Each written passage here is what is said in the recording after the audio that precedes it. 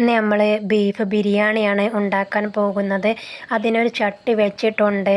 അതിലേക്ക് 2-3 spoon sunflower ഓയിലും 2 teaspoon നെയ്യും ഇട്ട് കൊടുത്തിട്ടുണ്ട്. ചെറുതായി അരിഞ്ഞ സവാള ഇട്ട് കൊടുത്ത് ഒന്ന് ഇളക്കി യോജിപ്പിക്കുക. ഒരു മിക്സിയുടെ ജാർ എടുത്തിട്ടുണ്ട്. അതിലേക്ക് ഏലക്കായി, പട്ട, ഗ്രാമ്പു ഇട്ട് പൊടിച്ചെടുക്കുക. ഒരു മിക്സിയുടെ ജാറിലേക്ക് വെളുത്തുള്ളി, ചെറിയ ഉള്ളി, ഇഞ്ചി കഷ്ണം, പച്ചമുളക് എന്നിവ ചേർത്ത് അരച്ചെടുത്തിട്ടുണ്ട്.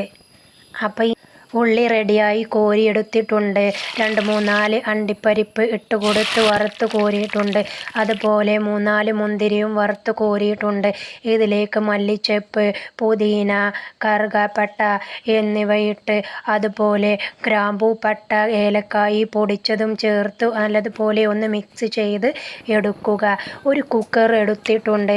അതിലേക്ക് കഴുകി വൃത്തിയാക്കിയ ബീഫും 1/4 ടീസ്പൂൺ മഞ്ഞൾപ്പൊടിയും 1/2 ടീസ്പൂൺ ഗരം മസാലയും ആവശ്യത്തിന് കുരുമുളകും ഇട്ട് ഇഞ്ചി പച്ചമുളകും ചതച്ചതും ചേർത്ത് നല്ലതുപോലെ ഒന്ന് മിക്സ് ചെയ്ത് എടുക്കുക. എന്നിട്ട് കുക്കർ അടച്ച് വെച്ച് ഒരു 7 വിസിൽ കൂക്കിയെടുക്കുക. എന്നിട്ട് ഒരു പാത്രം എടുത്തിട്ടുണ്ട് അരി വേവിക്കാനുള്ള. അതിലേക്ക് ഉള്ളി വാട്ടിയ നെയ്യാണ് ഇട്ട് കൊടുത്തിട്ടുള്ളത്. അതിലേക്ക് ഗ്രാമ്പും പട്ടയും ഇട്ട് കൊടുത്തിട്ടുണ്ട്. 2 ഗ്ലാസ് അരി കഴുകി വൃത്തിയാക്കിയത് ഇട്ട് കൊടുത്ത് നല്ലതുപോലെ ഒന്ന് വഴറ്റിയെടുക്കുക.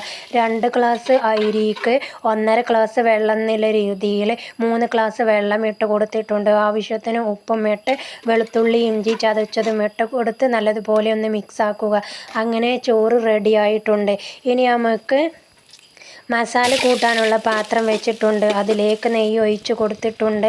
1.5 മുറി സവാളയും ഇട്ട് വാട്ടിക്കൊടുക്കുക. അതിലേക്ക് ഇഞ്ചി പച്ചമുളക് ചതച്ചതും ഉപ്പും തക്കാളിയും ഇട്ട് ഒന്ന് വാട്ടിയെടുക്കുക. അടച്ച് വെച്ച് മഞ്ഞൾപ്പൊടി 1/2 ടീസ്പൂൺ, മല്ലിപ്പൊടി 1.5 ടീസ്പൂൺ, മുളക് പൊടി 1 ടീസ്പൂൺ, ഗരം മസാല 1.5 ടീസ്പൂൺ, ഒരു നാരങ്ങയുടെ പകുതി നീര്, തൈര് 1/2 കപ്പ്, മല്ലിപ്പൊടി, പുതിന, കറിവേപ്പില ഇട്ട് ഒന്ന് മിക്സ് ചെയ്യുക.